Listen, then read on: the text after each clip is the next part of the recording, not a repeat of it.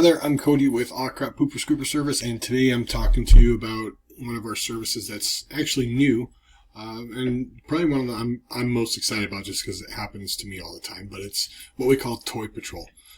So basically what we do is we take care of picking up all your dog's toys and whatever else they tend to pull outside. If your dogs are like mine, they take their toys out there, their bones out there. Heck, they even take we've had to take pillows.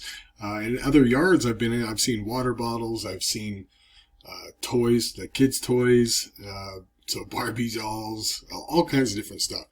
And then, of course, you get the animal stuffing that they tear apart, and it's everywhere in the yard.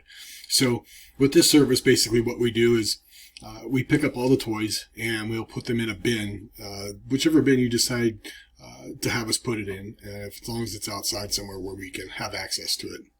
Now, if you don't have a bin, we do have a couple on our website that you can choose from that we get through Chewy.